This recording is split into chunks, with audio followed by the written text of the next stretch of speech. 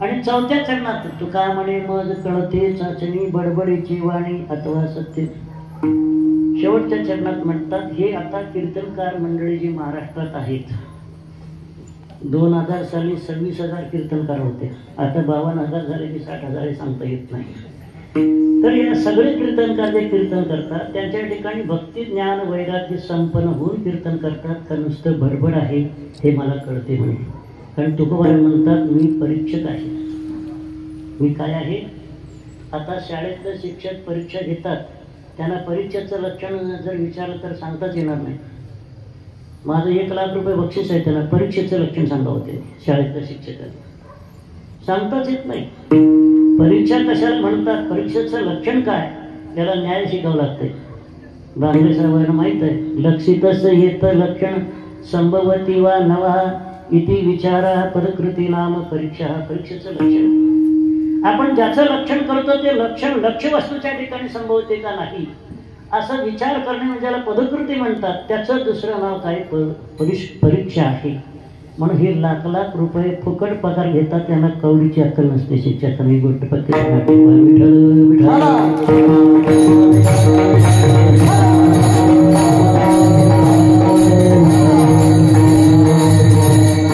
असा अभंगाचा सरळ सरळ भावार्थ आहे. आता मुद्दे किती आहेत तुम्हाला सांगतो आणि त्या मुद्द्याचा एक एक मुद्द्याचा नंतर विचार करायचा.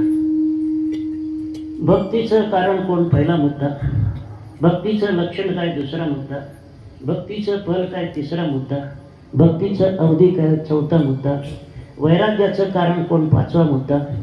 भक्तीत अजून एक राहिलं, भक्तीचं त्या ठिकाणी पैलू किती आहे तर नारद भक्ती सूत्रामध्ये 13 ते 14 पैलू दिले, त्याच्यात एक पैलूचा आपल्याला विचार करायचा आहे. 5 वैराग्याचं कारण कोण 6, वैराग्याचं लक्षण काय 7, वैराग्याचं फल काय 8, वैराग्याची अवधी कुठपर्यंत 9, ज्ञानाचं कारण कोण 10, ज्ञानाचं लक्षण काय 11, ज्ञानाचं फल काय 12, ज्ञानाची अवधी कुठपर्यंत 13, बाधाचं कारण कोण, बाधाचं स्वरूप काय, बाधाची अवधी 12 अवधी कुठपर्यंत आणि बाधाचं स्वरूप काय लक्षण काय हे 4, 13 4 17. परीक्षेचं लक्षण काय, परीक्षेचं स्वरूप काय, परीक्षेचं फल काय आणि परीक्षेची अवधी काय. चालेल 21 एवढे मुद्दे या अभंगात आहेत. आपल्या थोडक्यात या पहिल्या चरणात जेवढे मुद्दे असतील तेवढे विचार करायचा आहे आपल्याला. तर भक्ती जी आहे, भक्तीचं कारण कोण असं विचारलं तर तुम्ही काय सांगणार? तुम्हाला विचारलं, तुम्ही कीर्तनकार आहे, भक्तीचं कारण कोण?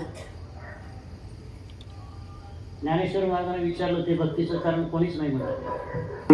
देखे मनुष्य जात सकळ स्वभावता भजनशील झाले असती केवळ माझी ठाई. या ब्रह्मांडात जेवढी माणसं आहेत त्याचं भजन करणं शीळ म्हणजे चारित्र्य आहे, ते कोणापासून उत्पन्न होत नाही. देखे मनुष्य जात सकळ स्वभावता भजनशील झाले असती केवळ माझी ठाई. पण ते भजन सुद्धा कोणाच करतात, केवळ माझंच करतात असं त्या ठिकाणी भगवान म्हणतात. इथं भक्तीचं कारण कोणीच नाही. मग मला असं म्हणायचं, कारणावाचून कार्य उत्पन्न होतं का? नाही होत. मग भक्तीला कारण कोण? तिळ तिळ पुण्यासाचा पडे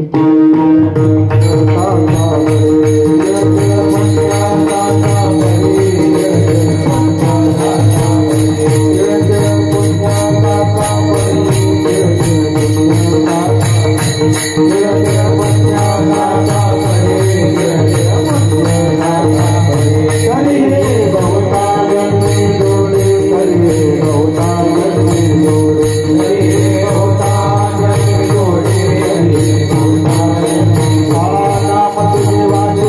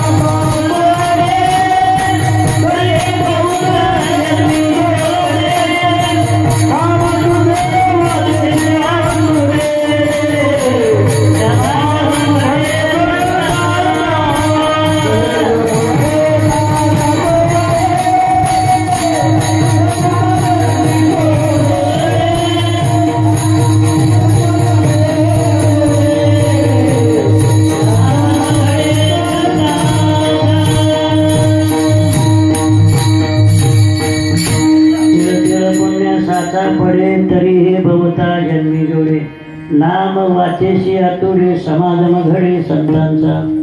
अनेक जन्मात थोड्या थोड्या थोड्या थोड्या थोड्या पुण्याचा संचय झाला. त्यावेळेला कुठेतरी भगवंताचं नाम मुखाला येते आणि भगवंताचं नाम मुख येणे एक नाम संकीर्तन भक्ती आहे.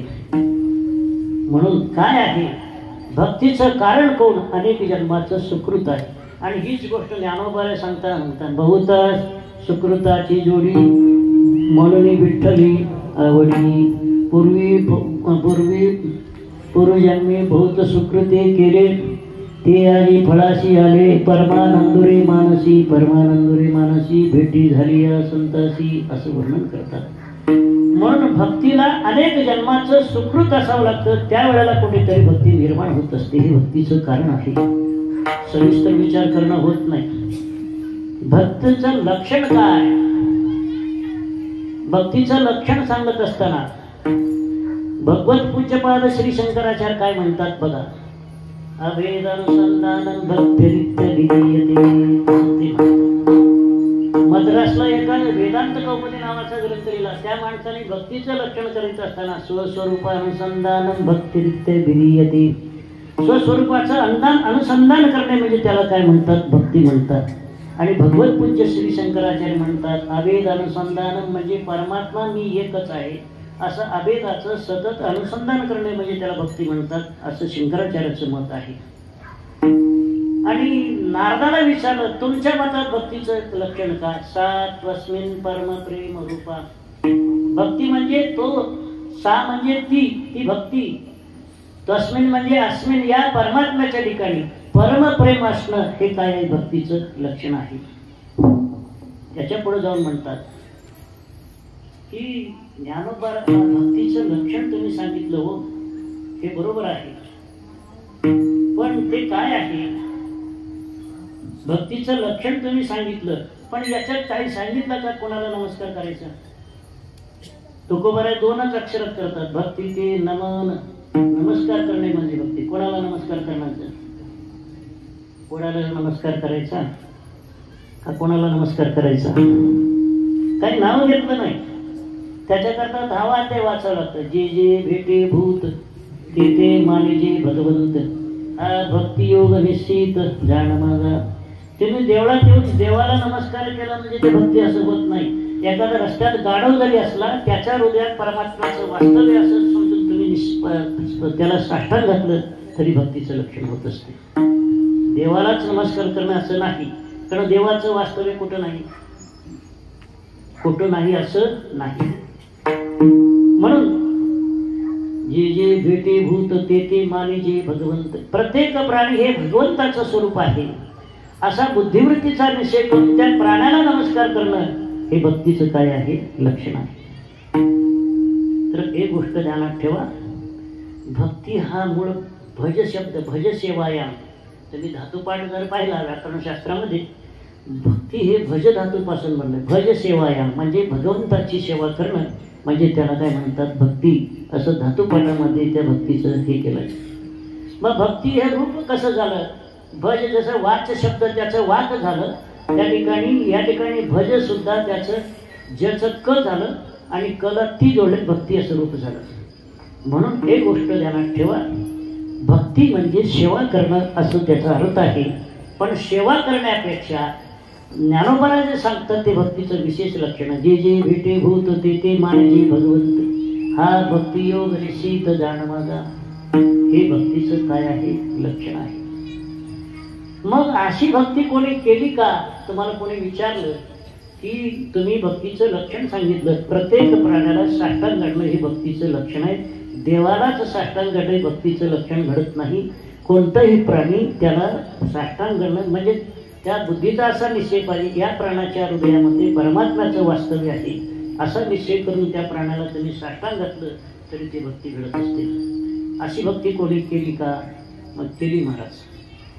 ज्यावेळेला नाथ महाराज पैठण क्षेत्रामध्ये होते त्यावेळेला अनेक साधू तिथं राहत होते. शिवदेवी श्रीनाथ होते, गडवते बाबा होते, नाथ महाराज होते, अनेक साधू. अजूनही पैठणमध्ये एक साधू राहतच असतो. आपल्या महाराष्ट्रामध्ये दोन विशेष ठिकाण आहेत. एक औंढ्या नागनाथला साधू नेहमी राहत असतो, स्थितिवान पुरुष, आणि पैठणला राहत असतो. अशी परंपरा आहे आपल्या महाराष्ट्रामध्ये. तर पैठण क्षेत्रामध्ये काय झालं, नाथ महाराज असताना तिथे एक दंडवती बाबा नाव होतं त्याचं, ते नावासारखेच होते. ते गंगेला स्नान केलं एकदा आणि घरी निघाले. घरी निघत असताना वाटते ते गाढव भेटणार, गाढवाला साष्टांग घातलं. मग ते काही चांडाळ चौकडी बसले, त्यांनी पाहिलं अरे महाराजांनी त्याला दंडवत घातलं, हे कसं काय? मग ती पोरं एकत्र जमा झाली आणि जमा झाल्यानंतर त्याने विचारलं, ते महाराज आल्यानंतर त्याला, अहो बाबा तुम्ही त्या प्राण्याला नमस्कार केला, काय म्हणून नमस्कार केला? तर त्याने सांगितलं, अरे सर्व प्राण्यामध्ये परमात्म्याचं वास्तव्य आहे, असं असल्यामुळे मी त्या प्राण्याला नमस्कार केला. मग त्या ठिकाणी ती माणसं चालत चालत आता ते भगवान बाबाचं प्रतिष्ठान आहे पैठणला, तिथं एक दगडाची नंदी होती.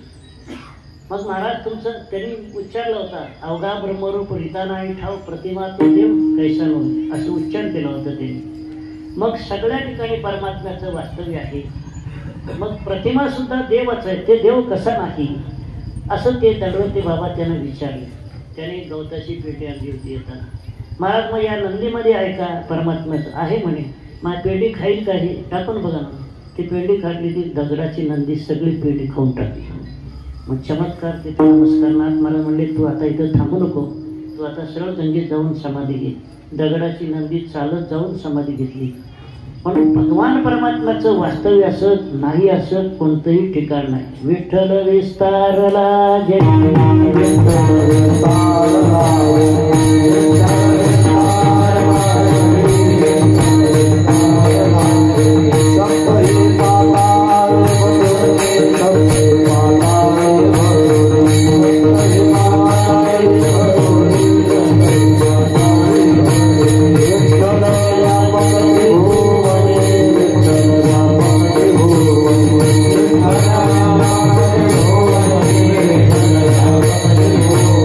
With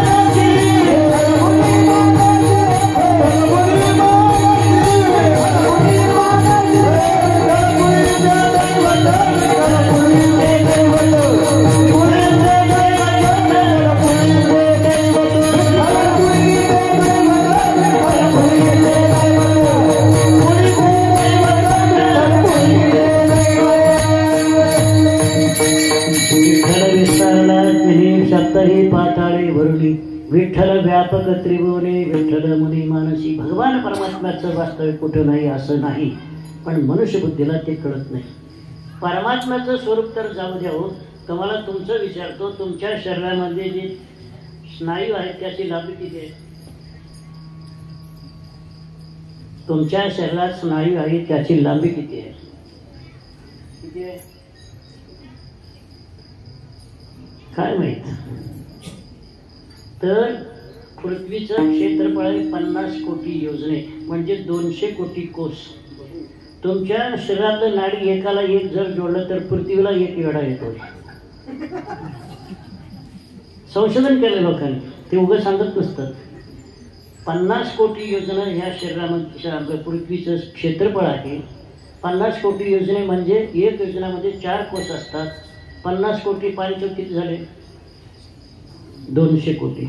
200 कोटी योजने लांब तुमच्या शरीरातल्या नाड्या आहेत, एकमेकाला जोडलं तर पृथ्वीला येडा येतो. तुमच्या शरीरातलं तुमच्या नाडीचं तुम्हाला ज्ञान नाही आणि व्यापक परमात्म्याचं ज्ञान कसं असणार तुम्ही विचार करा.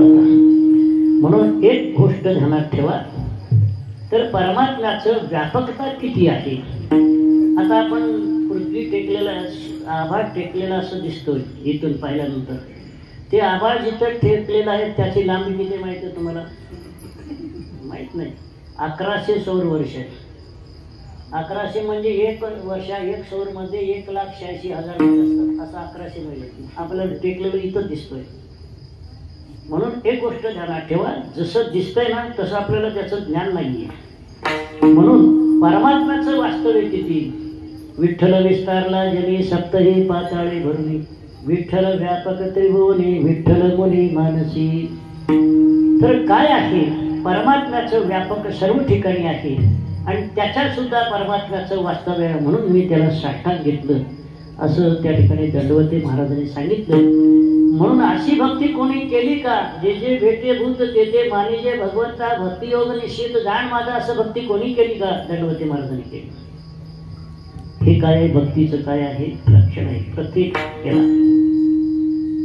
आता भक्तीचं फल काय? एका ठिकाणी म्हणतात भक्ती अति सोपी आहे, पण फल मात्र फार मोठं आहे. अति सोपी आहे, नुसतं सोपी नाही. भक्ती पण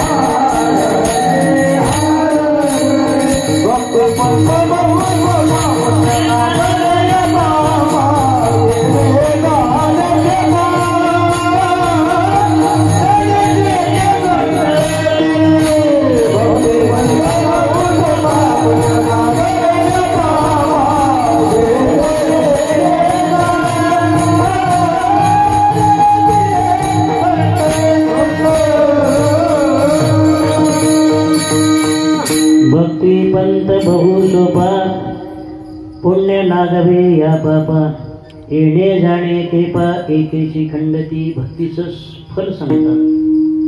भक्ती पंत बहु सोपा, पुष्कळ सोपा आहे, पण फल मात्र फार मोठं आहे. त्या जिल्हा परिषद शिक्षणाला पगार भरपूर, काम काहीच नसते. तसं भक्तीचं काम आहे, काहीच काम नसते, पगार मात्र भरपूर. तसं भक्ती फार सोपी आहे, फल मात्र फार मोठं आहे. बघा फल केवढं मोठं आहे. भक्ती पंत बहु सोपा, पुण्य नागवे या पापा. भक्तीनं पुण्यही संपत, भक्तीनं पापही संपते. पुण्य नागवे पाप नागवे. नागवे शब्द दोन्हीकडे उभयान्वयी म्हणतात त्याला, दोन्हीकडे लावायचं. पुण्य नागवे आणि पाप नागवे म्हणजे भक्तीनं पुण्यही संपत आणि पापही संपत आहे. तुम्हाला वाटलं सगळं जग पुण्य करतंय आणि पुण्य संपतंय, भक्तीचं काय काम आहे असं जर कोणी म्हणत असेल तर जसं पाप दुःखाला कारण आहे तसं पुण्य सुद्धा दुःखाला कारण आहे. 9वा देवाचा एतं भुक्त्वं स्वर्गलोकं विशालं क्षीणे पुण्ये मर्त्यलोकं विशन्ति एवं तरी धर्म मनो प्रपन्ना गतागतं काम कामा लभन्ते. असं 9व्या अध्यायात म्हणतात. तेतं भुक्त्वा स्वर्गलोकं विशालं. आपण इथं पुण्य करतो, पुण्य करून पुण्य संपादन करून स्वर्गाला जातो. स्वर्गानंतर पुण्य संपल्यानंतर पुन्हा खाली क्षीणे पुण्ये मर्त्य लोकं विशन्ति. पुण्य क्षीण झाल्यानंतर पुन्हा मृत्यू लोकात यावं लागतंय असं म्हणतात ज्ञानोबा. मग पुण्य संपल्यानंतर तुम्हाला पुन्हा नरकात म्हणजे दुःख आहेच का नाही. पाप तर दुःखाला कारणच आहे, याचं काही विशेष नाही. जसं पाप दुःखाला कारण आहे तसं पुण्यही दुःखाला कारण आहे. ज्ञानेश्वर महाराज तर इतकं सुंदर सांगतात. मग तया पुण्याची पावटी सरी, सवेची इंद्रपणाची उटी उतरे, मग येऊ लागती माघारे मृत्यूलोका. त्याच्या खाली तरी त्याच्यापेक्षा भारी. वेशा भोगी कवडा वेचे, दारैन चेपुतीयेचे, तैसे लाजरवाणे सुखही दीक्षितांचे. ज्ञानोबा म्हणतात की जसं वेशा परपुरुषाची वाट पाहते कुठपर्यंत, खिशात पैसे असेपर्यंत. खिशातला पैसा संपला की दाराला स्पर्श करू देत नाही, तसं पुण्य संपलं की स्वर्गाच्या दाराला सुद्धा आपल्याला स्पर्श करता येत नाही. पण वेशेचं सुख काय आणि त्या स्वर्गाचं सुख काय एकच आहे. म्हणून पुण्य जसं पाप जसं दुःखाला कारण आहे तसं पुण्य सुद्धा दुःखाला कारण आहे. म्हणून पुण्य नागवे या पापात. अजून पुढे जाऊन बोलतात. येणे जाणे खेपा एकीची खंडती.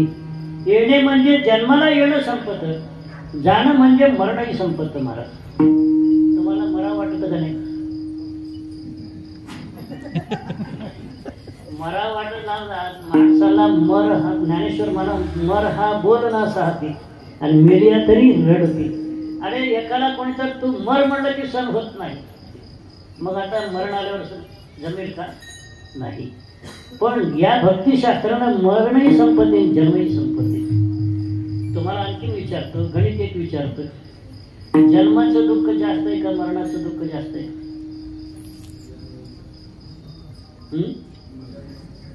हा जन्माचं. वाटतं कोणाचं खरं सांगा?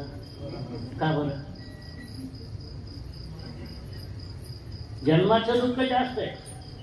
तुकोबाराय म्हणतात जन्माच्या दुःखाचं वर्णन करण्याकरता जगातली सर्व सृष्टीतले सर्व शब्द गोळा करून जरी जन्मदुःखाचं वर्णन करू लागलो तर जन्मदुःखाचं वर्णन होत नाही. आता शब्द किती आहेत माहिती आहे का तुम्हाला? आमच्या वैदिक धर्मामध्ये 12 दर्शनकार आहेत. 6 आस्तिक दर्शनकार, 6 नास्तिक दर्शनकार. त्याच्यामध्ये आस्तिक दर्शनकारापैकी न्याय दर्शनकार एक आहे. त्याच्यात 2 आहेत, प्राचीन नायक आणि नवीन नायक. प्राचीन नायकाचे ग्रंथ बाजारात उपलब्ध नाहीत, त्यांची मतं कुठेतरी ग्रंथात. पण नवीन नायकाचे ग्रंथ किती झाले माहिती आहे का? आतापर्यंत 2.5 कोटी ग्रंथ झाले. आता बाजारात 1.5 लाख न्याय ग्रंथ उपलब्ध आहे. एवढी सगळी शब्द एका दर्शनकाराचा जाऊ द्या, सगळे 12 दर्शनकार जे असतील त्या सगळ्या शब्दात सगळ्या दर्शनकाराचे शब्द जर गोळा करून द्या जन्माच्या दुःखाचं वर्णन केलं तर जन्मदुःख वर्णन होत नाही. म्हणून मला म्हणतात काय सांगू गर्भीची यातना, मज भोगिता नारायणा, मांस मळ मूत्र जाणा, तुझं क्षणोक्षणा ध्यातसे. अरे गर्भाचं दुःखाचं वर्णन काय म्हणून सांगू? काय सांगू गर्भीची यातना, मज भोगिता नारायणा. गर्भामध्ये हा जीव ज्या वेळेला दुःख भोगतो तिथं कसलं दुःख असते. नाटकी तोंडी क्रमी किडे हे जन्मदुःख साकडे वर्णन करतात. त्या मातेच्या दरम्यान नाकात तोंडात सगळे किडेच असतात. नरकात त्याला त्या ठिकाणी झोपावं लागतं. एवढं दुःख त्या ठिकाणी आहे. कुठं?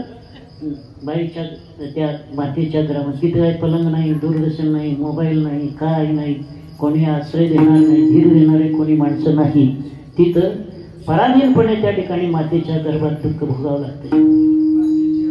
माते पचनविष्टेच्या दातरी नववासवरी उकडू नये जन जन निघाला निघाला असा शेवटी शब्द आहे.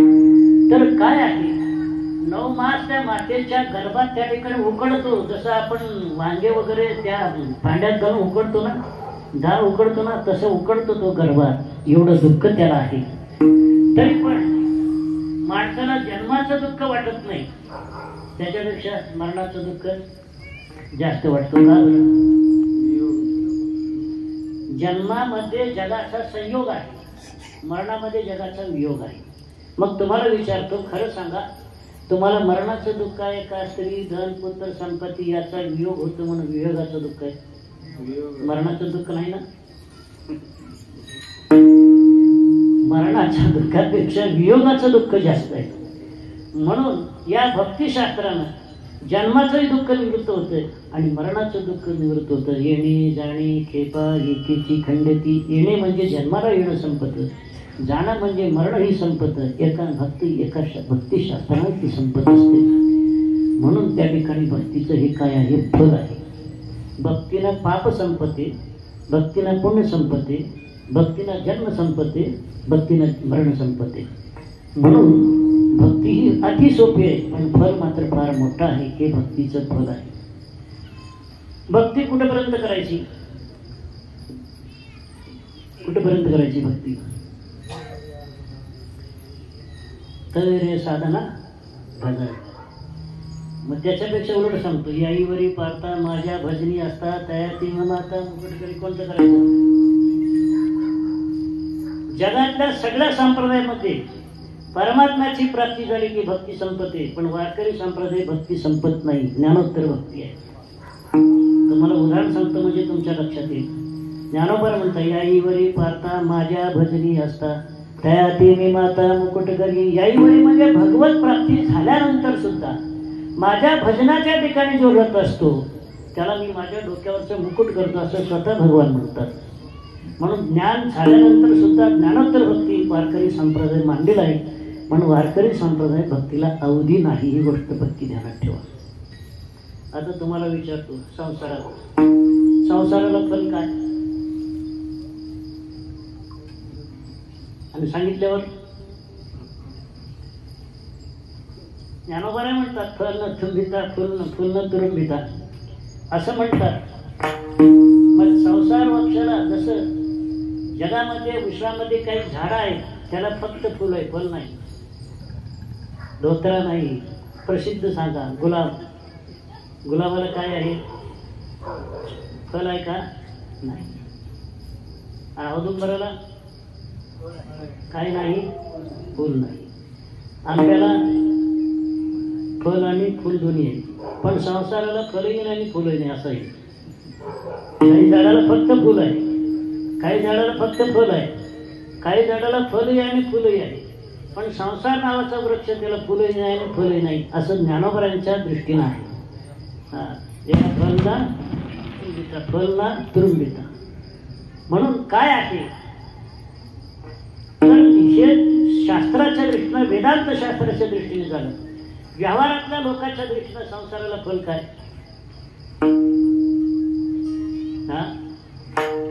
काय फल आहे? ज्ञानोबराच्या दृष्टीनं फलही नाही फुलही नाही. पण आपल्या संसारी लोकांच्या दृष्टीनं काय फल आहे संसाराला? बायका पोरं नाही, बायका फल नाही. बायको म्हणू नको नाही, मूल म्हण, संतती म्हण. संतती हे फल आहे. तुम्हाला 5-25 वर्षाचा मित्र आता एकदम भेटला, लग्नाच्या अगोदर तुमचा त्यांचा विवाह झाला, आता भेटला, तुम्ही पहिला काय विचारता? संतती विचारता का संपत्ती विचारता? संतती. संपत्ती नंतर विचारता, अगोदर संतती विचारता. मग संतती व्यावहारिक लोकांच्या दृष्टीनं संतती हे काय आहे? फल आहे. आता तुमच्यापासून त्या मातेला भगिनीला जर मुलगा झाला, ते फल प्राप्त झालं, तिला तुमची आता सेवा करायची का नाही? नवऱ्याची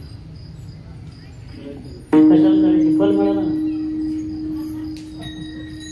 फल मिळालं पण सेवा करायची काय गरज आहे? नाही महाराज, आपलं धर्मशास्त्र सांगते जरी संतती प्राप्त झाली तर जोपर्यंत जीवन आहे तोपर्यंत ती माता भगिनी त्याची सेवा करते. काय करते? सेवा करते.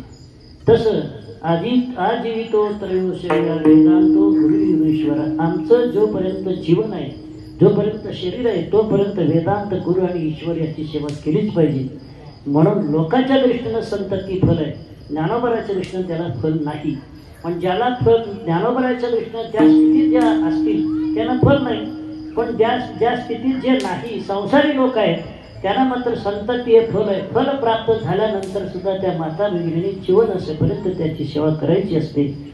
तसं आपल्या वारकरी संप्रदायामध्ये मुक्ती प्राप्त झाल्यानंतर सुद्धा जोपर्यंत जीवन आहे तोपर्यंत भगवंताची सेवा, भगवंताची भक्ती करावीच लागते. विठ्ठल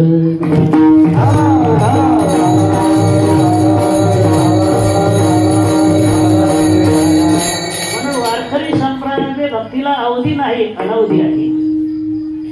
काही नाही, अवधी नाही, अनवधी आहे. हे भक्तीचं कारण, भक्तीचं लक्षण, भक्तीचं फल, भक्तीची अवधी झाली. आता एक भक्तीचं पैलू सांगतो.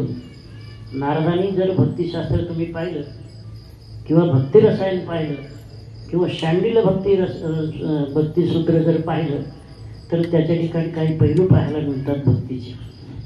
काय पाहायला म्हणतात? भक्तीचे पैलू.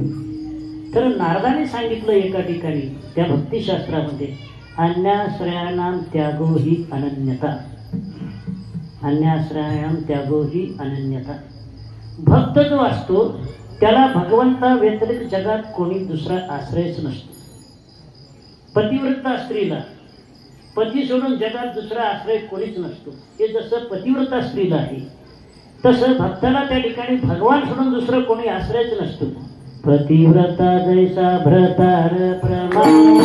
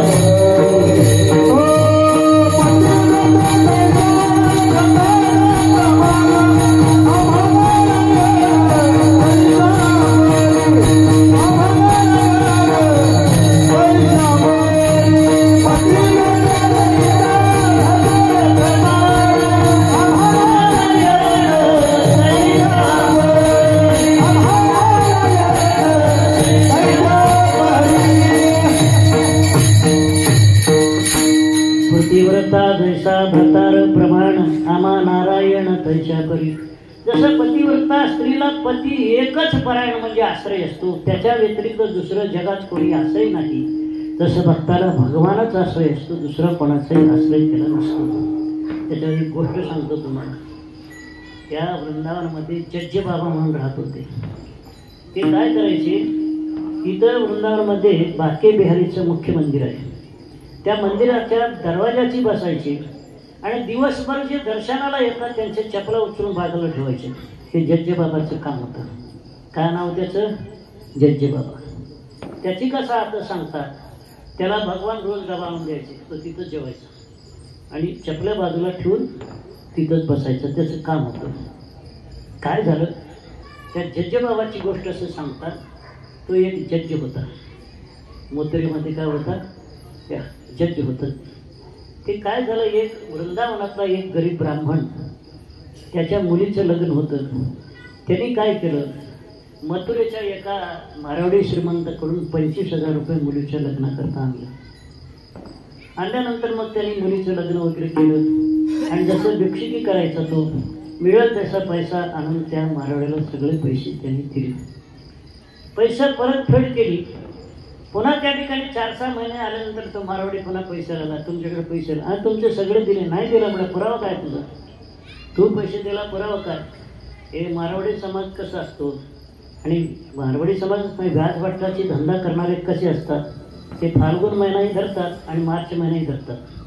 इंग्रजी महिना मराठी हिशोब करतात ते. मग त्या ठिकाणी काय झालं, सगळे पैसे दिले होते पण दिलं नाही. मग त्या ठिकाणी त्याने काय केलं, त्या मारवाड्यांनी त्या ब्राह्मणावर केस केली कोर्टात. मग कोर्टात तारीख सुरू झाली. मग ते ब्राह्मणही कोर्टात आला आणि ते शेठजी आला.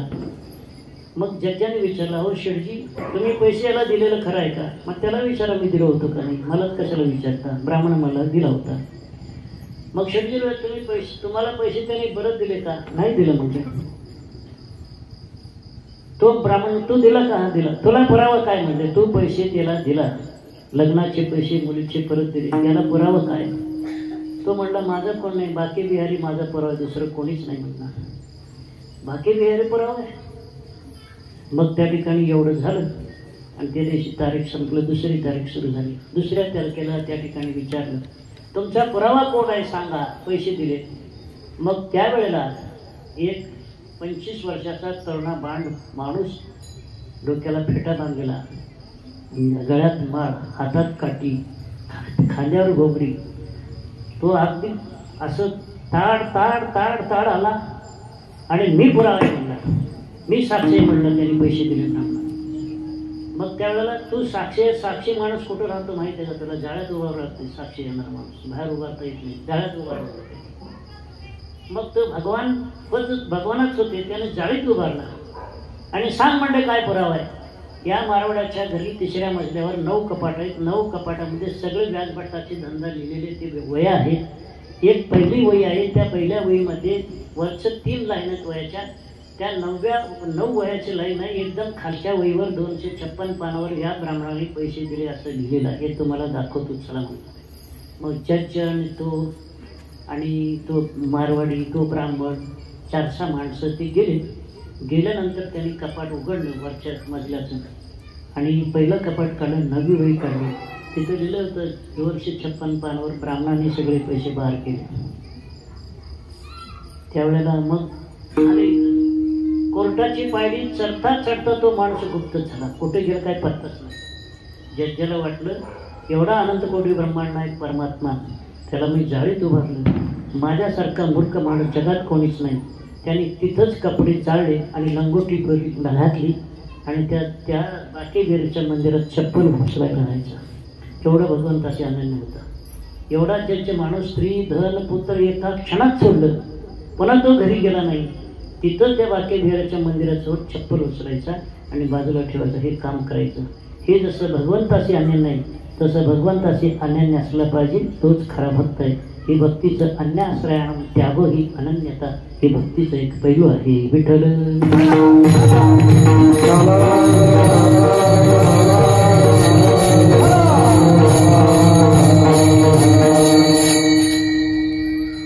असं भक्तीचा आपण किती मुद्द्यात विचार केला? 5.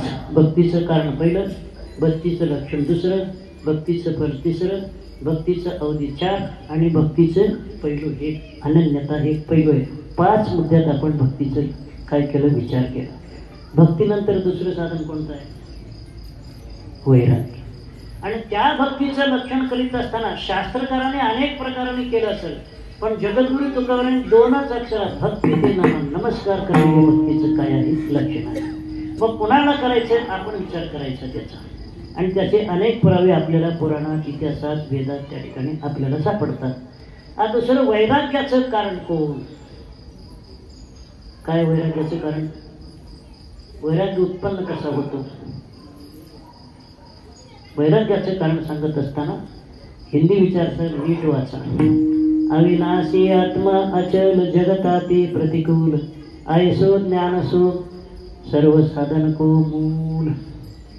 आत्मा अविनाशी आहे, जग विनाशी आहे, असं जे भेदज्ञान आहे ते भेदज्ञानाला विवेक म्हणावं. आणि विवेक सब साधन को मूल, जेवढं परमार्थात साधना आहे त्या सर्व साधनाला विवेक हे कारण आहे. वैराग्य असेल, वैराग्य असेल, मग समाधी षडक असेल, तितिक्षा असेल, मुमुक्षुत्व असेल, या सगळ्याला कारण कोण आहे? विवेक कारण आहे. विवेक काय आहे? विवेक.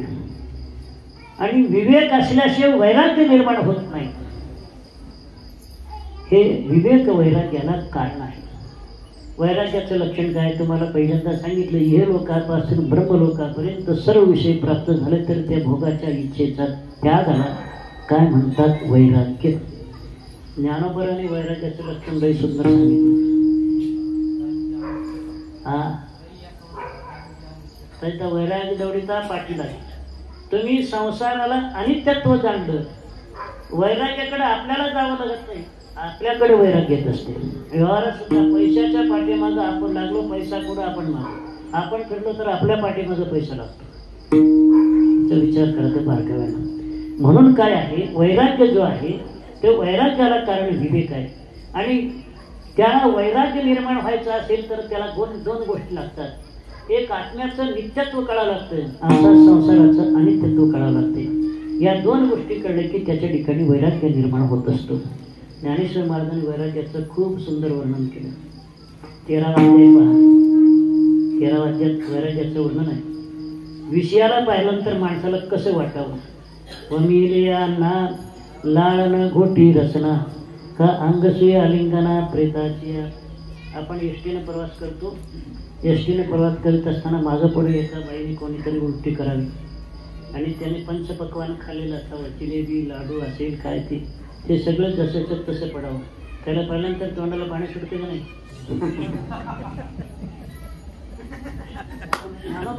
मी बोलतो रे, वमिले उलटी झालेलं जे अन्न आहे त्या अन्नाला पाहिल्यानंतर लाळना घोटी रसना जिलेबी जसंच्या तसे पडले तर त्याला पाहिल्यानंतर जिभेला पाणी सुटते का नाही? का अंगसे आलिंगना प्रेताची. तर एखादी स्त्री आहे, अत्यंत सुंदर आहे, पण ती काय आहे, प्राणत्याग केलेला आहे, तिला आलिंगन द्यावं वाटते का नाही? तसं विषयाला पाहिल्यानंतर प्रत्येक कोणताही भोग्य वस्तू विषय असेल त्या विषयाला पाहिल्यानंतर त्या वकलेल्या अन्नासारखं ते दिसावं विषय, त्यावेळेला ते वैराग्याचं स्वरूप आहे. म्हणा हे वैराग्याचं काय आहे, स्वरूप आहे. ज्ञानेश्वर महाराज सांगतात ना, अंगसे आलिंगना प्रेताची. कितीही सुंदर स्त्री असेल, प्रेत रूप असेल, प्राण निघून गेला असेल, त्याला कोणी आलिंगन देत नाही महाराज. त्याचं खरी बोलतात, धडधडीत लोहरसी उडी न घालवी जैसी न करवी उशी अजगराची. घर धाड धाड धाड पेटलेलं आहे, धगधगीत अग्नी आहे, त्याच्यात कोणाला उडी घाला वाटते का? माता जाळून घेत नाही का? पण जाळून घेतात ते वैतागानं, वैराग्यानं नाही. जाळून घेतात कशानं? वैतागानं, वैराग्य नाही. किंवा एका माणसाला झोपच येत नव्हती उशी असल्याशिवाय, पण काय झालं, अजगर असं वेटाळून बसलं, त्याला उशी करेल का? नाही. तसं विषयाला पाहिल्यानंतर अजगर सापाची उशी जशी असते, जरी उशीची सवय असली तरी ती उशी करत नाही, तसं विषयाला पाहिल्यानंतर व्हावं. किंवा अग्नी पेटलेला आहे, त्याच्यात उडी घालावं वाटत नाही, किंवा त्याच्याही पुढे जाऊन बोलतात, विष खाणे नागवे जळत घरी नरी घरी व्यागरवी वरवी वस्ती न करवी जरी. एखादा माणूस काय जर धडधडीत लोहरसी लोखंडाचा रस तापलेला आहे, उकळत आहे असं लाल कढाईमध्ये, त्यात कोणाला उडी घालावं वाटते का? नाही वाटत. किंवा दुसरं म्हणतात की एका माणसाला मुक्काम करायचा होता दरीमध्ये, त्या दरीमध्ये वाघ राहतो असं कळल्यानंतर मुक्कामाला राहील का तो? नाही. या चारी पाची दृष्टांताप्रमाणे विषयाला पाहिल्यानंतर माणसाची बुद्धिवृत्ती तशी व्हावी, त्या वेळेला ते काय आहे, ते वैराग्याचं काय लक्षण आहे. आणि हे वैराग्य काय करतं माहिती आहे का? ते हे विषय वैराग्य आत्मलाभाचे भाग्य ते ब्रह्मानंदा योग्य होती जीव. ते विषयाचं जे वैराग्य आहे ते विषय वैराग्य काय करते, तर ते आत्मलाभाचे भाग्य. असं वैराग्य तुमच्या ठिकाणी असेल तर आत्मस्वरूपाची प्राप्ती होते. एवढंच नव्हे, ब्रह्मानंदाची प्राप्ती त्याला होते. हे वैराग्याचं काय आहे, फल आहे. वैराग्य कुठपर्यंत महाराज? कदाचित वैराग्य जो आहे त्याच्या प्रारब्धावर अवलंबून आहे. जर त्या ठिकाणी प्रवृत्तीपर प्रारब्ध असेल, ब्रह्मज्ञान झाल्यानंतर सुद्धा तो विषय भोगतो. निवृत्तीपर प्रारब्ध असेल तर ब्रह्मानंदानंतर तो विषय भोगत नाही, ब्रह्मप्राप्तीनंतर विषय तो भोगत नाही, असं शास्त्रामध्ये त्याचं काय आहे, वर्णन आहे. पण याचा अर्थ असा आहे, ब्रह्मज्ञान झाल्यानंतर विषय भोगावा असं नाही. ब्रह्मज्ञान झाल्यानंतर विषय भोगू नाही, कारण त्याला जीवनमुक्तीचा विलक्षण आनंद मिळत नाही. जो निवृत्तीपर असतो त्याला वैराग्य झाल्यानंतर सुद्धा जीवनमुक्तीचा विलक्षण आनंद भोगतो. आणि शास्त्रात असं वर्णन आहे, जनक राजा जीवनमुक्त झाल्यानंतर सुद्धा राज्य केलं, पण सुखाचार जीवनमुक्त झाल्यानंतर विषयाचं सेवन केलं नाही. म्हणून एक गोष्ट ध्यानात ठेवा, कोणी प्रारब्धपर असतात, प्रारब्धावर अवलंबून असते, कोणी निवृत्ती होते, कोणाची प्रवृत्ती होते. म्हणून वैराग्य झाल्यानंतर, वैराग्याचं फल प्राप्त झाल्यानंतर विषय भोगावा असं काही विधी नाही, त्याच्या प्रारब्धावर अवलंबून आहे. म्हणून वैराग्याला अवधी आहे आणि अनावधी आहे असं त्याचा अर्थ आहे. तिसरा मुद्दा कोणता आहे? ज्ञान. मला 8:45 सोडायला सांगितलं. ज्ञानाचं लक्षण काय? जगामध्ये ज्ञानासारखं पवित्र दुसरी वस्तू कोणती नाही. नाही ज्ञानेन पवित्रमेव विद्यते. ज्ञानासारखं पवित्र वस्तू जगात कोणतीही नाही. आपण त्याचा विचार थोडंसं काल का प्रवचनात केलं होतं ना, पवित्र कसं आहे ज्ञान. तर काय आहे ज्ञानाचं कारण? कोण? ज्ञानाचं कारणाचं लक्षण सांगत असताना ज्ञानाचं कारण श्रवण आहे. काय आहे? कारण कसं आहे, नित्यानिष्ठ वस्तू कळायचं असेल, नित्यानिष्ठ कळणं हे काय आहे? ज्ञानाचं एक अंग आहे. मला नित्य वस्तू कळणं, अनित्य वस्तू कळणं ज्ञानाचं एक अंग आहे. जगद्गुरु तुकोबारायांनी नाटाच्या अभंगात वर्णन करतात. बैसता संताचे संगती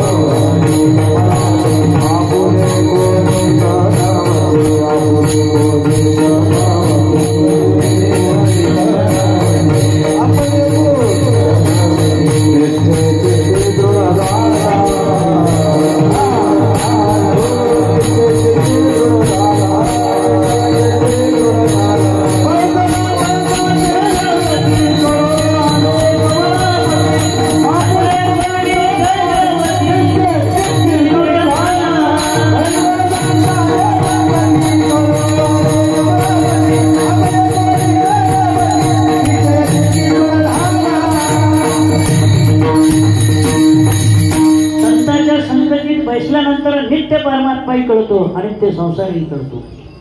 तुम्हाला एक उदाहरण सांगतो. माणसाला कृतार्थ होण्याकरता 2 निश्चय पाहिजे. किती निश्चय पाहिजे? 2 निश्चय. कोणते 2 निश्चय? संतती होण्याकरता काय लागते? तुम्हाला विचारलं, संसारातलं विचारतोय. संतती व्हायकरता काय लागते? नवरा बायको. नवरा बायको होतातच का? त्याच्या वाचन होतात का? मग केव्हा होतात? तिच्या ठिकाणी वंद्यत्वाचा अभाव पाहिजे, याच्या ठिकाणी पुरुषत्वाचा भाव पाहिजे. तसं जगाचा अत्यंत अभावाचा निश्चय पाहिजे. मी सच्चिदानंद ब्रह्मरूप असा निश्चय पाहिजे. एकाचा भावाचा निश्चय आणि एकाचा अभावाचा निश्चय असेल तरच जीवाला कृतार्थता आहे. मी सच्चिदानंद परब्रह्मरूप आहे असं भावरूपतेचा निश्चय पाहिजे. आणि जगाचा त्रैकालिक अत्यंत अभावाचा निश्चय हा एक निश्चय पाहिजे. हे दोन्ही निश्चय असेल तर जीवाला कृतार्थता आहे. तोपर्यंत नुसतं सच्चिदानंद ब्रह्म मी आहे म्हणून जमत नाही. नुसतं जग मिथ्या आहे, जगाचा त्रैकालिक अत्यंत अभाव आहे असं म्हणून त्या ठिकाणी जमत नाही. तर दोन्ही निश्चय झाला तरच ते ज्ञानाला खरी सफलता आहे. म्हणून ज्ञानाचं कारण सांगत असताना श्रवण ज्ञानाचं कारण आहे. आणि ज्ञानाचं स्वरूप सांगत असताना आपण 2 प्रकाराने सांगितलं. एक जीव ब्रह्मरूप असं व्हायला पाहिजे आणि दुसरं देह ब्रह्मरूप. म्हणजे जीव ब्रह्मरूप असाही निश्चय पाहिजे आणि जगत ब्रह्मरूप असाही निश्चय पाहिजे. म्हणून वेदांत शास्त्रामध्ये दोन्ही वाक्य आहेत. तत्वमसी हे वाक्य जीव ब्रह्माच्या एकत्र करता आलं आणि सर्वं खल्विदं ब्रह्म हे सुद्धा महावाक्य आहे. पण हे जग ब्रह्मरूप कसं आहे? म्हणजे जग म्हणजे जडही ब्रह्मरूप आहे आणि जीवही ब्रह्मरूप आहे. दोन्ही तऱ्हेने ज्ञान व्हायला पाहिजे. म्हणून या ठिकाणी तुकोबार म्हणतात ज्ञान ब्रह्मी भोग इथवर संपले नाही. ब्रह्मतनु, तनु म्हणजे काय? शरीर. शरीरही ब्रह्मरूप आहे असा निश्चय व्हायला पाहिजे आणि जीवही ब्रह्मरूप आहे असा निश्चय व्हायला पाहिजे. याच्यात दादानी विचारसागरामध्ये खूप सुंदर वर्णन केलं. ते मराठी हिंदी विचारसागरामध्ये त्यांनी दृष्टांत दिलं नाही, फक्त बाल समानाधिकरण मुख्य समानाधिकरण सांगितलं. पण मराठी विचारसागरामध्ये सांगत असताना तुम्हाला काल थोडंसं चिंतन मी याच्याविषयी सांगितलं. आता त्या माता भगिनीला विचारा, लग्नाच्या अगोदर एक 10 मिनिटं विचारा. कोणाचं नाव सांगते? वडिलाचं कुल, वडिलाचं गोत्र, वडिलाचं आडनाव, वडिलाचं आईचं नाव सगळं सांगते. आणि अक्षता पडल्याबरोबर विचार कोणाचं सांगते. मग मी तर असं म्हणतो, ब्रह्मज्ञान माता बहिणीनं लवकर व्हायला पाहिजे. तुम्ही जर त्या ठिकाणी आता तुमचा निश्चय झालाच नसता, त्यांचा निश्चय लवकर होतो. म्हणून ही जी भगिनी आहे, जी माता आहे, आपल्या कुलाचा गोत्राचा सगळ्याचा बाद करून पतीच्या कुलगोत्राशी ऐक्य होते. याला बाद समानाधिकरण म्हणावं. तसं जीव आपल्या उपाधी असणारा अंतःकरण, धर्म आणि आभास या सगळ्याचा त्याग करून परब्रह्माशी ऐक्य होणं याला बाद समानाधिकरण म्हणतात. मुलगा मात्र लग्न झाल्यावर दुसऱ्याचं नाव सांगतो का पहिलं आहे तेच नाव सांगतो? इथलं विचारतो, मेघालयमधलं विचारत नाही. आपल्या इथं स्त्रिया आपल्या माता भगिनी नांदायला जातात, तिथं पुरुष नांदायला जातो. मेघालयमध्ये उलट आहे. तिथं आपली मुली नांदायला जातात, तिथं मुलगा नांदायला जातो. मेघालयाची पद्धत आहे ती. असो, इथलं विचारतो, तो मुलगा लग्नाच्या अगोदर बापाचंच नाव सांगतो, अक्षता पडल्यानंतर बापाचं तेच नाव सांगतो. त्या कुलगोत्राशी जन्मदाराच्या जन्मापासून तो त्याच्याशी अभिन्न आहे. ही मात्र माता भगिनी अक्षता पडल्यानंतर त्याच्याशी अभिन्न होते. पण तिचं अभिन्न होत असताना बाध समानाधिकरण आहे, याचा अभिन्न होत असताना मुख्य समानाधिकरण आहे. म्हणून जीवाला परब्रह्म परमात्म्याशी, परमात्मा म्हणजे मीच असा निश्चय केला पाहिजे. आणि माझं शरीर सुद्धा परब्रह्म रूप आहे. सर्व खलविदं ब्रह्म, सर्व पदाचा अर्थ आहे हे संपूर्ण जगत. खलु म्हणजे खरोखर ब्रह्मरूपच आहे. जगताचा बाध करून ब्रह्माशी ऐक्य आहे आणि जीवाचा मात्र बाध न करताना परमात्म्याशी ऐक्य आहे. याला हे ज्ञानाचं काय आहे स्वरूप आहे. ज्ञानाचं फळ काय? ज्ञानोबा सांगतात, ज्ञानोबा सांगतात, काय सांगतात? जे ज्ञान जयाचे हाती तोची समर्थ मुक्ती, तैशी शतमक संपत्ती स्वर्गीची. 100 यज्ञ केल्यानंतर मीमांसकाच्या मतात जसं स्वर्ग मिळतो, तसं हे ज्ञान प्राप्त झाल्यानंतर त्याला मोक्ष मिळतो, त्याला पुन्हा जन्म मरण नाही, असं ज्ञानोबा असं म्हणतात. म्हणून ज्ञानाचं फल काय? मुक्ती आहे. ज्ञानाचं फल काय? मुक्ती आहे. आणि ज्ञान मुक्ती संपादन केल्यानंतर ज्ञान मात्र राहू नये. ज्ञान आपोआप निघून जाते. मला ज्ञानी मोक्ष घडेपरी ते ज्ञान निमादी आहे. तुम्ही रस्त्याने चालला, तुमच्या पायात काटा मोडला, दृष्टांत सांगतो. काटा मोडला तर काटा काढण्याकरता दुसरं काय घेता तुम्ही? काटा. त्या काट्याने पायातला काटा काढला की तो काटा खिशात घालायचा का टाकून द्यायचा? टाकून द्यायचा. तसं अज्ञानरूपी काटा जीवाला मोडलेला आहे. त्याला काढण्याकरता ज्ञानरूपी काटा काढला. अज्ञानरूपी काट्यानं अज्ञानरूपी काटा घातला, पुन्हा ज्ञानरूपी काटा खिशात घालायचा का टाकून द्यायचा? म्हणून मोक्ष प्राप्त झाल्यानंतर, अज्ञान तत्काळ जगत निवृत्ती झाल्यानंतर ते ज्ञान निवृत्त करते, पुन्हा आपोआप निघून जाते. त्याला कोणी पाठवायचं काम नाही. आमचे शिवानंद स्वामी दृष्टांत सांगायचे, काय भाऊही सांगायचे, फक्त बाबाही सांगायची. कारण तिघं एका ठिकाणी श्रवण केले होते ना तात्याजीकडं.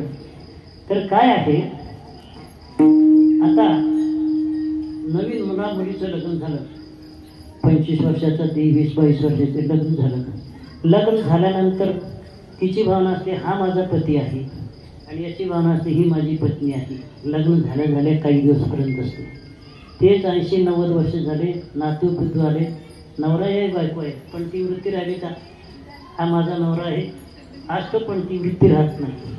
तिला सुद्धा ती बायको आहे, बायको असते, पण ही माझी बायको अशी वृत्ती राहत नाही. कशी निघून गेली? आपोआप निघून गेली.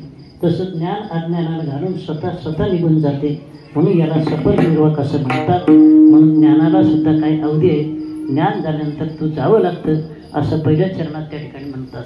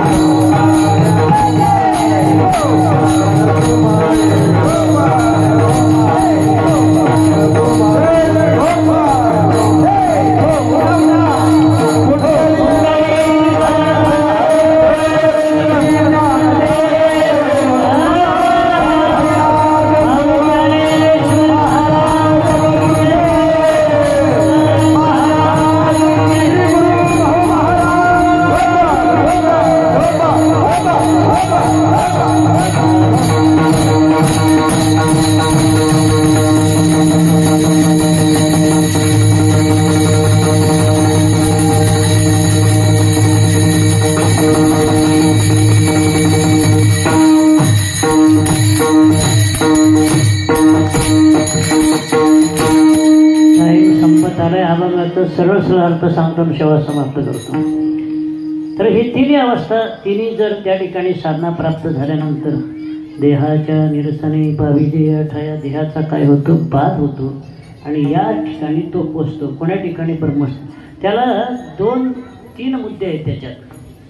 देह मी असं गेलं पाहिजे, देह माझा हे गेला पाहिजे आणि देहाचा निराश झाला पाहिजे. तिन्ही व्हायला पाहिजे. देहाचा निराश म्हणजे बाद व्हायला पाहिजे, देह मी नाही असा निश्चय झाला पाहिजे, देह माझा नाही असा निश्चय झाला पाहिजे. खांदारकर महाराज म्हणायचे तुम्ही माझं मन म्हणता, लाज वाटत नाही माझं म्हणा. का बरं? मन तुमचं कधी ऐकलं का? एखादा बाप असतो पोराने ऐकलं ना तू माझा नाहीच रे असं म्हणतो. तसं तुमचं देह तुमचं ऐकतं का? तुम्हाला सोडून जाते. ते सोडते का तुम्ही सोडता? ते सोडून जातो. तुम्ही सोडत नाही. ते तुम्हाला सोडण्याची सुद्धा इच्छा नाही, देह सोडण्याची इच्छा नाही, पण सोडावंच लागते. तर काय आहे तर देहाचं तादात्म्य सुटावं, मी माझेपणाचा निश्चय निघून जावा आणि त्यावेळेला या ब्रह्मस्थितीला जीव प्राप्त होत असतो. म्हणून या स्थितीला प्राप्त होण्याकरता उदक अग्नी धान्य झाल्या घडी पाक. जसं उदक म्हणजे पाणी, अग्नी आणि धान्य हे तिन्ही लागतात, तसं ब्रह्मस्थितीला प्राप्त होण्याकरता भक्ती ज्ञान वैराग्य तिन्ही लागतात. आणि शेवटच्या चरणात म्हणतात की तुका म्हणे मग कळते चाचणी.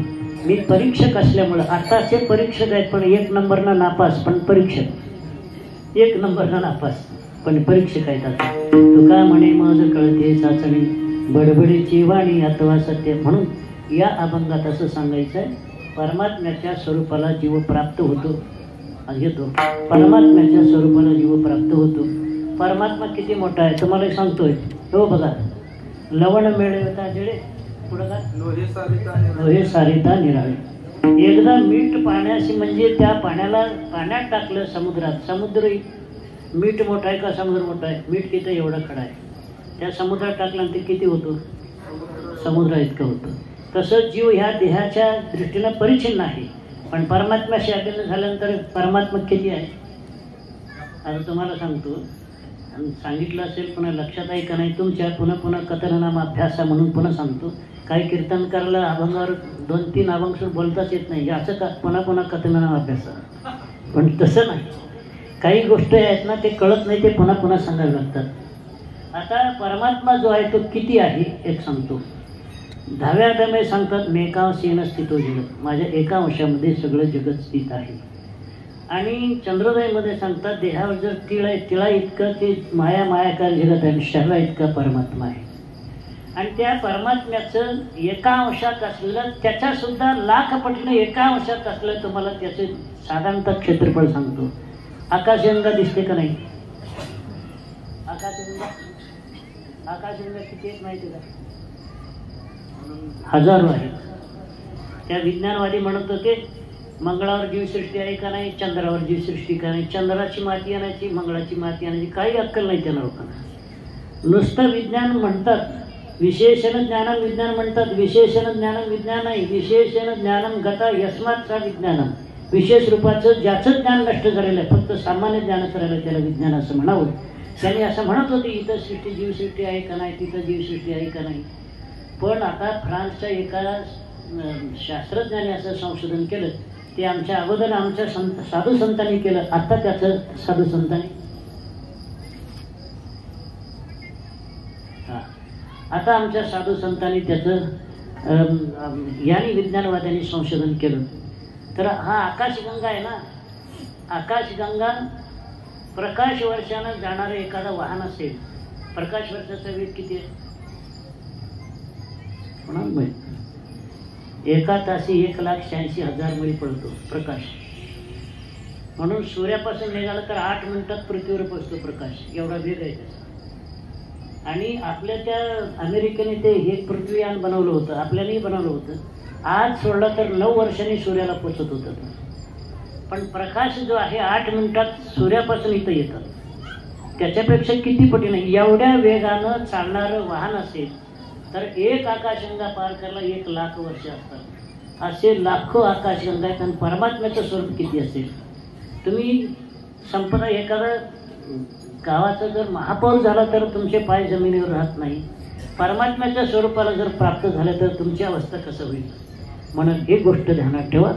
परमात्मा अनंत कोटी व्यापक. म्हणून तर आमच्या संतांनी वर्णन केले अनंत ब्रह्मांडे उदरी तो हा बाळक अंदाजे. मग अनंत ब्रह्मांड अगोदर सांगत यांनी आता मंगळवारी सोमवारी संशोधन केलं की 200 अब्ज सूर्य सूर्यमंडळ सुद्धा अनेक आहेत. म्हणून ह्या सगळ्या गोष्टी कळण्याकरता तुम्हाला थोडंसं धर्मशास्त्राचं अभिमन्युष धारण करावं लागतं. महाराज काय करावं लागतं? धर्मशास्त्राचं अभिनवेश. आता एका मुसलमानाने फार सुंदर लेख लिहिलाय. तुम्ही वाचलं का नाही? कोणा तुम्हाला वाचायला दिलं होतं? थोडं पहा त्याचं. मुसलमान धर्म कसं ते धर्मनिष्ठ कसं असतात. स्त्रीचा एक अवयव सुद्धा दिसू देत नाही. आमचे सगळे उघडेच आहेत. आता म्हणायचं काय? बलात्कार का होतात? आमचे त्या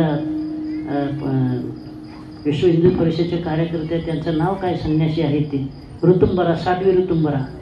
हिंदूंच्याच मुलींना बलात्कार का होतात? त्याचं अंगप्रदर्शन जे हिंदूमध्ये जेवढ्या जगात कुठल्याच धर्मात नाही मला. म्हणून याच्याविषयी सावधान असावं आणि आपल्या मुलाला संस्कार कसं द्यावं हे मातेच्या हाती असते. म्हणून जिच्या हाती पाळण्याची दोरी ती जगाची उद्धारी संसाराचीच नाही. आपल्या मुलाचा उद्धार केला तर मूळ जगाचा उद्धार करीत असतो. म्हणून धर्म जर संपला तर सगळं सर्व काही संपलं. येन प्रजा धारयते सा धर्मा. ज्याच्या योगानं प्रजा धारण केली जाते त्याला धर्म असं म्हणतात. म्हणून मी प्रत्येकाला म्हणतो त्याने असं दिलंय. आता शाळेतल्या मुली गंधही नाही कुंकूही नाही टिकलंही नाही. काय मुसलमान आहेत का ते? हेच लक्षण आहे ते. त्याला काय म्हणतात? त्यांनी तो मुसलमानांनी चांगला शब्द वापरला अपशकुन आहे तो. म्हणून गंध लावणं गंधाचं आणि आपल्या हृदयाशी अत्यंत निकटचा संबंध आहे. म्हणून इथं गंध घातलं किती होत.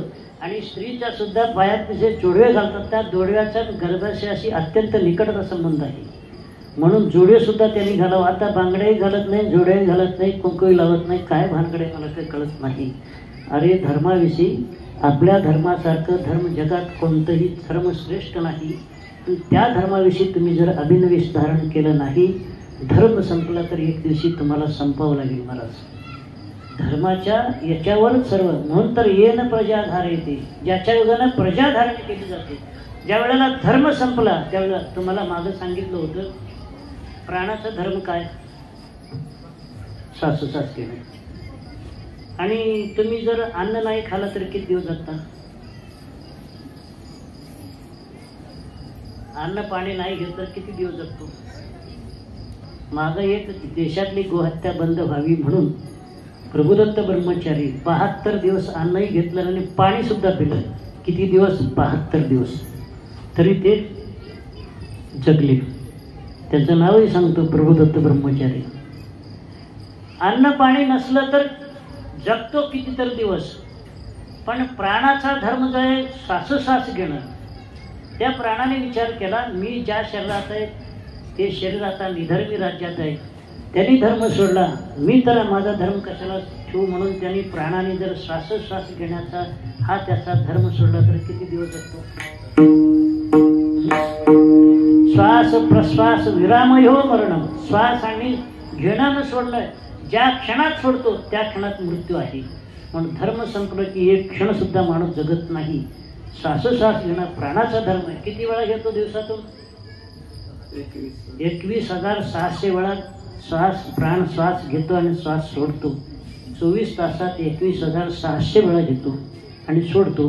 हा जर त्याने त्याचा धर्म सोडला तर किती दिवस जगणार तुम्ही? त्या क्षणात संपतो. म्हणून तर ते मेला केव्हा जगला कशावर पाहतो आम्ही? नाडी चालू असलं की नाडी केव्हा चालू असते? श्वास प्रश्वास चालू असलं तर नाडी चालू असते. श्वास प्रश्वास बंद झाला त्या क्षणात नाडी बंद होते. म्हणून हे जसं आहे तसं धर्म संपलं की एक क्षणात सुद्धा माणूस जगत नाही. म्हणून प्रत्येकाने आपला आपला धर्म पाळावा. आणि धर्म पाळला तरच तुम्ही बघा विचार करा तुमचे हिंदू राष्ट्र जगात किती आहेत आता विश्वास? अरे एकही नाही. एक सुद्धा नाही. तो ज्या वेळेला नेपाळ हिंदू राष्ट्र होतं त्यांचं घोषित होतं. मग आता 10-12 वर्षाखाली हिंदू राष्ट्र नेपाळ संपलं तर सीताराम सेंचुरी म्हणून एक काँग्रेसचा माणूस आहे, रात्रभर दारू पिऊन नाचला कारण हिंदू संपला म्हणून. रात्रभर दारू पिऊन, सीताराम नावही सांगतो सीताराम सेंचुरी, रात्रभर नाचला कारण हिंदू राष्ट्र जगातलं संपलं म्हणून. म्हणून एक सांगा, इस्लामाचे 52 राष्ट्र आहेत, ख्रिश्चनाचे 120 राष्ट्र आहेत, हिंदू राष्ट्र एकही नाही. का नाही? आपल्याला लाज वाटायला पाहिजे. अरे हा राष्ट्र हिंदूंचा आहे. 700 वर्ष इस्लामाने सत्ता भोगली, 150 वर्ष इंग्रजांनी भोगले, अजून सुद्धा त्यांची सत्ता आहे. त्या या देशातले कोणते संविधान ते मानत नाही, तुम्हाला संविधान मानावं लागेल. म्हणून एक गोष्ट ध्यानात ठेवा की आपलं सर्व प्रकारे अजून आपण स्वातंत्र्य मिळालं नाही. आणि स्वातंत्र्य मिळालं अत्यंत अपवित्र काल होता. कारण 1947 हा स्वातंत्र्य मिळालं 15 ऑगस्ट. त्या दिवशी काय होतं तर अमावस्या होती आणि अमावस्याच्या रात्री 12 वाजता त्यांनी स्वातंत्र्य दिलं. म्हणून अमावस्याच्या रात्री 12 म्हणून देशाचे 12च वाजत आहे म्हणत. काही नीट नाही या देशामध्ये. ही गोष्ट पक्की ध्यानात ठेवा. हे सगळ्याला त्या ठिकाणी, हे माझं एकट्याचंच काम नाही, तुमचं एकट्याचंच नाही, सगळा समाज त्या ठिकाणी संघटित व्हावा लागतो. कलो संघे शक्ती जायते. काय झालं, बाबराला या देशावर सत्ता मिळवायची होती. मग बाबराने काय केलं, 2 माणसं घोडेस्वार या देशात पाठवली आणि त्या सगळ्यांनी सगळा देश फिरला आणि शेवटी आग्र्याहून दिल्लीला चालले होते. 2 मिनिटात सांगतो.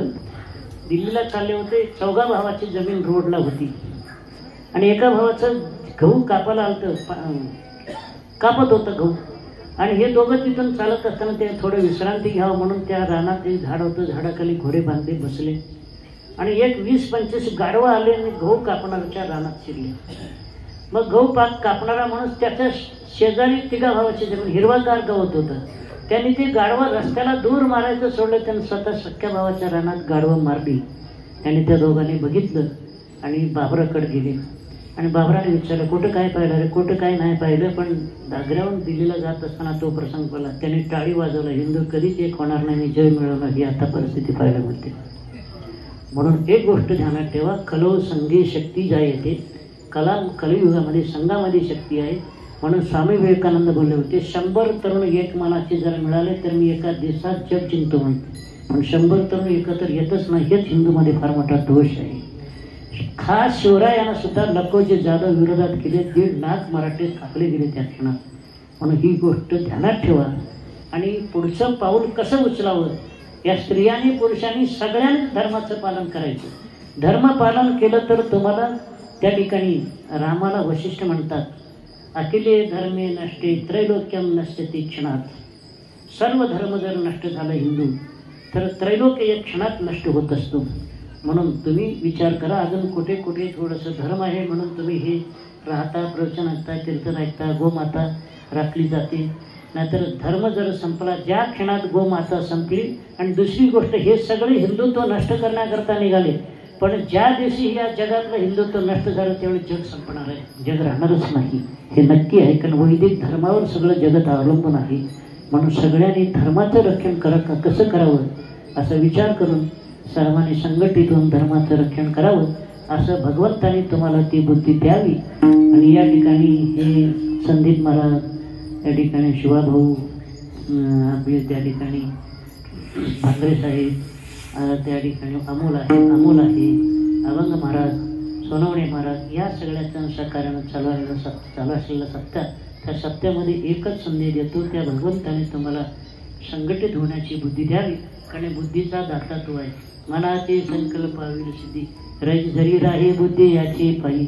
म्हणून तशी भगवंताने तुम्हाला बुद्धी द्यावी असं सांगून मी या म्हणीला विराम देतो. ज्ञानेश्वर